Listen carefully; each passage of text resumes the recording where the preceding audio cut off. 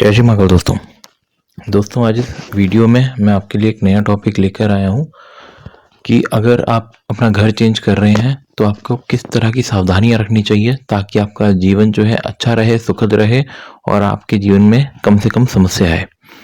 दोस्तों आजकल देखा गया है कि इंसान नौकरी के चक्कर में या अपने कई बार घर बन रहा होता है इस चक्कर में, या बहुत से कारण होते हैं जिसके कारण मतलब घर जो होता है किराए पर लेता है या फिर कहीं ना कहीं किसी के जो घर है थोड़ी देर जाकर रहता है। तो होता क्या है दोस्तों, ऐसे समय में जो उस घर की जहाँ पे वो जाके टेम्परेरी रहता है उस घर की नेगेटिविटी जो होती है वो उस इंसान के साथ अटैच हो जाती है, जिस करके उस इंसान को बहुत सी समस्याओं का सामना करना पड़ता है। पहले समय में ये जो किसी और के घर जाके स्पेसिफिकली बहुत ज़्यादा देर तक एक तरह किराएदार या मेहमान बन के तो लोग जाते थे, मगर एक किराएदार की तरह या इस तरह मतलब इंसान जो था अपने परिवार के साथ नहीं जाके रहता था।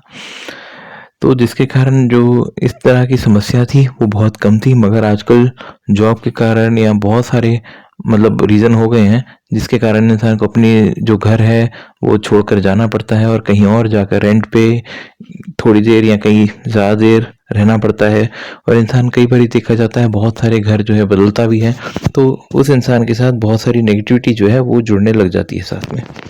तो इस वीडियो में मैं इसी के बारे में बात करूंगा कि इस नेगेटिविटी या इस तरह की परेशानियों से आप कैसे बच सकते हैं, और आपको उपाय दूंगा कि क्या आपको करना चाहिए। बहुत ही मैं ये जो आपको उपाय देने वाला हूँ बहुत ही सरल है और इससे आपकी बहुत सी ये जो समस्या है वो आराम से सॉल्व हो सकती है।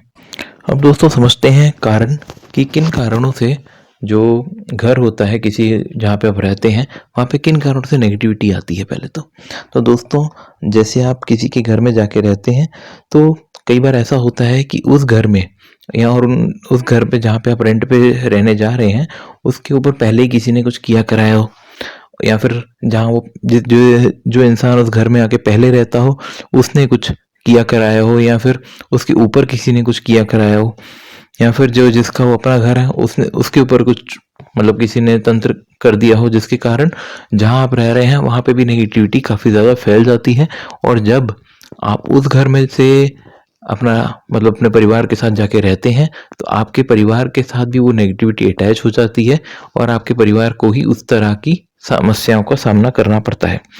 फिर कई बार देखा जाता है कि एक इंसान मतलब जिस घर में रहने जा रहा है उसमें बहुत ज़्यादा वास्तु दोष हो, वास्तु दोष के कारण भी देखा जाता है कि बहुत ज़्यादा नेगेटिविटी एक घर जो है अट्रैक्ट करना शुरू कर देता है।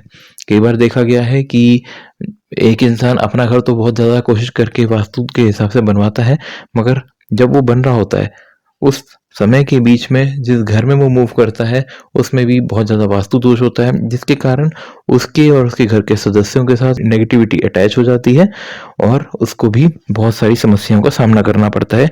उसके बाद दोस्तों देखा जाता है कि जब पिछले घर में जहाँ वो रहा हो या फिर मतलब कई बार ही देखा जाता है मतलब जिस घर में वो रेंट पे मूव कर रहा हो फिर पुराने किराएदार जो होते हैं उसी घर के वो नकारात्मकता उठाकर ले आते हैं।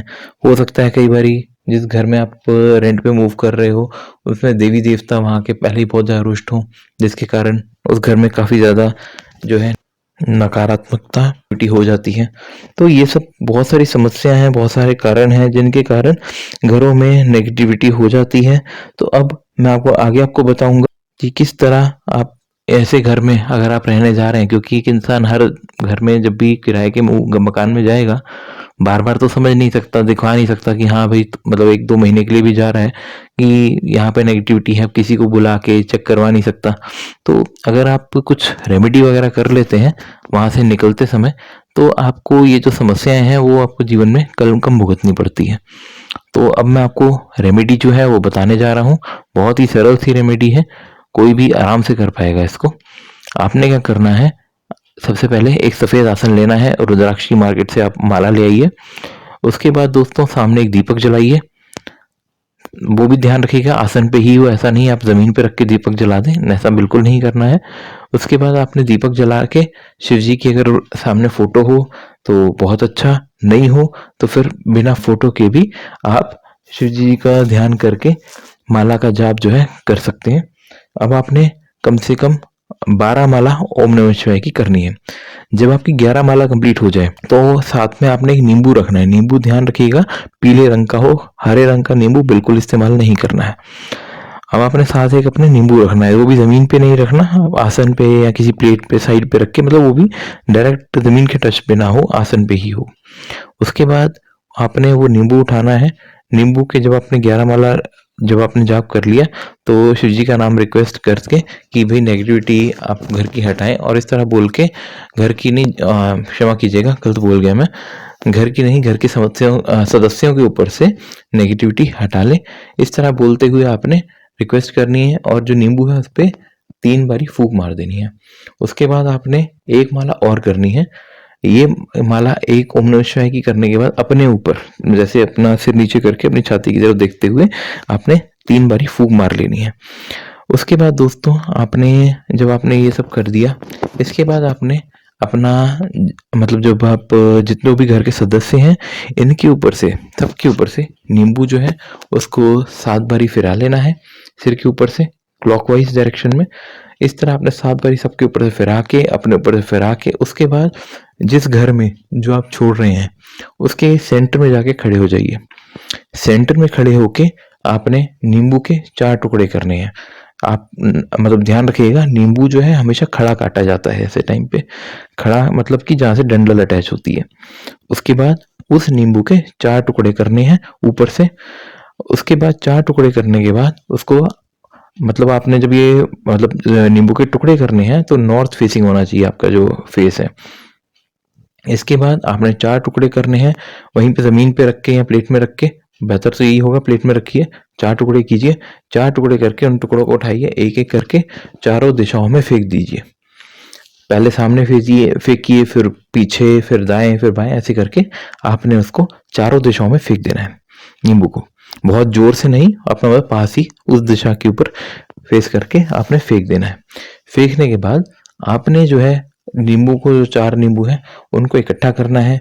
जो उस मकान का मालिक है उसको चाबी पकड़ानी है उस मकान की। मतलब ध्यान रखिएगा ये करते हुए आप तभी करिएगा जब आप अपना सारा सामान घर का और सारे सदस्य उस घर से जा चुके, जो आपको किराए का मकान हो उससे पहले ही जा चुके हों, तब आपने ये रेमेडी करनी है। इसके बाद जब वो जा चुके हों आपने ये रेमेडी करनी है। उसके बाद जो मकान मालिक है उसको चाबी पकड़ानी है। उसके बाद जो आपका पुराना वाला मकान है जिसमें आप अब रहते हैं, ये नहीं मैं कह रहा जैसे एक बिल्डिंग है उसके 10 फ्लोर है, अगर आप 5th फ्लोर पे रहते हैं तो आपने 5th फ्लोर के उस मकान के अंदर फिर नहीं जाना, ये ध्यान रखिएगा। आखिरी मतलब लास्ट मोमेंट पे आपने रेमेडी करनी है। करने के बाद जैसे आपने नींबू हैं वो जो सब फेंके थे वो इकट्ठा कर लीजिए। इकट्ठा करके आप सीधा जाइए अपना जहाँ पे कोई एक खाली जगह हो, जहाँ पे किसी का मतलब आना जाना ना हो। मैं ये नहीं कह रहा बहुत दूर किसी जंगल में चले जाइए, बस थोड़ी सी अपने जहाँ पे आप अभी रह रहे हो प्लस जहाँ पे आपका मकान हो, मतलब किसी जहाँ पे कोई आता जाता ना हो, आराम से ऐसी जगह जाइए। अपने साथ कपूर लेके जाइए, मतलब बहुत ज़्यादा नहीं, 1 टिक्की कपूर में काम आपका हो जाएगा। 1 टिक्की छोटी नहीं, बड़ी वाली जो आती है। इसके बाद लीजिए उस नींबू को, 4 टुकड़ों को वहाँ पे जाके जला दीजिए। जलाना एकदम आपने ये ध्यान रखना है, एकदम अच्छे से उसको जला देना है, एकदम सूख के काला पड़ जाएगा उस तरह आपने जला देना है। छोटा सा ही नींबू होगा, कोशिश कीजिए उसको मिट्टी में थोड़ा सा मतलब थोड़ी सी ऊपर मिट्टी डाल के दबा दीजिए, क्योंकि कहीं वहम ना करे कोई इंसान उसको देख के। ये चीज़ आपने कर देनी है, सेम ही डे करनी है। ये मत कीजिएगा कि हाँ सोचो कि पहले आप अपना जाप कर लो फिर उठा के अगले दिन किसी दिन जाके आप कर रहे हो, ऐसा बिल्कुल नहीं करना। आप को मैं इसमें जो सावधानी आपने रखनी है उसके बारे में बता देता हूँ। कुछ भी पहले बात सबसे इम्पोर्टेंट बात ये कि आप अगर कोई भी रेमेडी जो मेरी द्वारा दी गई है उसको आप करते हैं तो आप सबसे पहले तो व्हाट्सएप पर मैसेज करके आज्ञा ले लीजिए। इसका कोई आपके धनराशि वगैरह नहीं चार्ज की जाएगी, आप अपनी मर्जी से चाहें तो कुछ दे सकते हैं, मगर आपको कोई भी धनराशि जो है चार्ज आपसे बिल्कुल नहीं की जाएगी। उसके बाद दोस्तों आप आज्ञा ले लीजिए, क्योंकि उससे क्या होता है, जो जब आप रेमेडी करने जा रहे होते हैं उसका इफेक्ट जो होता है काफ़ी ज़्यादा बढ़ जाता है, सुरक्षा भी मिलती है आपको और आपकी सफलता के चांसेस जो होते हैं बहुत अच्छे हो जाते हैं। उसके बाद दोस्तों एक जब विधि शुरू करने लगे और उसके बाद किसी और काम में मत करने लग जाए। मतलब मान के चलिए आप विधि करने शुरू की, पहले आपने सोचा कि चल मैं नींबू वाला कर लेता हूँ, फिर मार्केट से कुछ सामान लेके घर छोड़ आता हूँ। ऐसे बिल्कुल नहीं करना। एक बार आपने जब विधि शुरू कर दी, आप ये जो नींबू वाली विधि है इसको सबसे पहले, मतलब जैसे अगर आप जिस घर में मतलब आप अपना करना जा रहे हैं, आप कोशिश कीजिए उसी दिन सारा का सारा रेमेडी जो भी है ये सारी कर लीजिए। आपने जाप जो है ओम नमः शिवाय का, आप चाहें तो अपने जो इस वाले घर है उसी में पूरा कीजिए। उसके बाद सामान अपना मूव कीजिए। हो सकता है कई लोग बोले कि नहीं हमारा सामान तो ज़्यादा है, 2 दिन में मूव होगा, तो कोई दिक्कत नहीं है।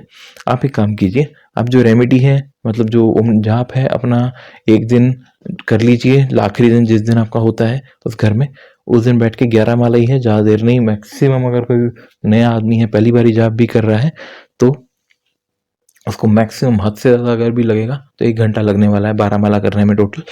तो जो है जाप जल्दी जल्दी अपना पूर्ण कीजिए। जो आपको नींबू वगैरह बताया उसका ध्यान रखिए सारी विधि का। करने के बाद आपने अपना सामान मूव करना है घर में। घर में जब सदस्य सारे बाहर निकल जाएं, जैसे आपको बताया सबके ऊपर से सब जगह से घुमा लेना है। और कोशिश कीजिए जो आपका नया वाला घर है उसके ऊपर से भी घुमा लीजिए और रिक्वेस्ट करते हुए कि जो भी उस घर की जो भी नेगेटिविटी थी वो वहीं चली जाए। तो इस तरह करके आप अपने उस घर से भी घुमा लीजिए। जैसा आपको बोल रहा हूँ एग्जैक्टली वैसा कीजिए। ये मत कीजिएगा कि अपने घर की भी सोचिए नेगेटिविटी, क्योंकि हटेगी नहीं, उससे नई प्रॉब्लम भी खड़ी हो सकती है। तो ऐसे करके आप सब जगह से घुमा लीजिए, अपने ऊपर से घुमा लीजिए। उसके उसी दिन वो जो है अपना जो रेमेडी है वो पूर्ण कीजिए। ये नहीं कि पहले एक कर लिया मतलब नींबू घुमा लिया फिर सोचिए कि एक घर से चलिए सामान लेने चले जाता हूँ, फिर चले जाता हूँ कहीं इसको जलाने। ऐसे बिल्कुल मत कीजिएगा। जैसे सीक्वेंस में बताया है एग्जैक्टली आपने वैसे करना है। उसके बाद दोस्तों कई बार इंसान देखा जाता है माला का जाप करना नहीं जानता। तो ऐसा इंसान जो है माला का जाप अगर नहीं करना जानता तो अगर चाहे तो उंगली पे भी जाप कर सकता है, फिंगर्स पे। और अगर आप करना ही चाहते हैं माला पे जाप तो ध्यान रखिएगा कि माला का जाप ठीक कीजिए। उसका एक नियम होते हैं, सिमरी को पार नहीं करना होता। अगर पार करते हैं तो वो माला का जाप 0 हो जाता है। इस तरह के नियम होते हैं। तो आप कोशिश कीजिए कि यूट्यूब वगैरह देख के उस नियम को समझ लें पहले अच्छे से, फिर जो है हम माला का जाप करें। और जैसे बताया जा रहा है एकदम वैसे करें, कुछ अपने तरफ से और ना ऐड कीजिए। जैसे मैंने आपको भी बताया कि भाई नींबू घुमाने जा रहे हैं तो अपने घर के सोचा कि इसके ऊपर से भी घुमा लेता हूँ, इसकी घर की नेगेटिविटी वहां भेज दो, तो वो बिल्कुल मत कीजिए। उससे फायदा की जगह नुकसान ही होगा आपको। उसके बाद और जब ये तभी करें जब यदि आखिरी दिन हो, जैसे आपको पहले भी बता चुका हूँ, आखिरी दिन जब आप यहाँ से पूरा जा चुके हो, घर के सदस्य सारे उससे निकल चुके हो, और जब एक बारी कर लें ये विधि, तो उस जगह पे कम से कम मतलब 4-5 दिन मत जाए। उस कमरे जो आपका कमरा था वहां पे 4-5 दिन तो बिल्कुल भी मत जाए। और जो नींबू है मतलब जो आप जलाने जा रहे हैं उसको एकदम ठीक से जला लें। ऐसा ना हो कि आप आधा अधूरा बस कंजूसी करते हुए जो कपूर है उससे कंजूसी करते हुए लें और उसका आधा अधूरा जला दें। आप अगर नहीं जल रहा, आप कपूर नहीं जला पा रहे पेपर से, वैसे पेपर से अच्छे से नहीं जलेगा, कपूर ही सबसे अच्छा रहता है इसमें। तो लकड़ियों का भी इस्तेमाल कर सकते हैं मगर उसमें भी दिक्कत आएगी। तो सबसे अच्छा तो वैसे कपूर ही है, उसमें सबसे अच्छा जलेगा। और तो उसमें बिल्कुल भी कंजूसी ना करें और उसका ठीक से जैसे आपको बताया गया है उसी तरह इसको जो है जलाएं और अपना जो है लाभ आप प्रॉपर तभी पा पाएंगे। तो ये थी दोस्तों पूरी विधि। मैं आपको सावधानियां भी बता दी हैं, इनका भी ध्यान रखिए और पूरी विधि को अच्छे से कीजिए। और अगर आपका कोई अलग अनुभव होता है तो कमेंट्स में भी आप पोस्ट कर सकते हैं। तो ये था पूरा वीडियो दोस्तों। अगर आपको अच्छा लगा हो तो लाइक कीजिए, चैनल को सब्सक्राइब कीजिए और बेल आइकन दबाना ना भूलिए ताकि आपको रेगुलर अपडेट्स मिलते रहें। जय श्री महाकाल दोस्तों।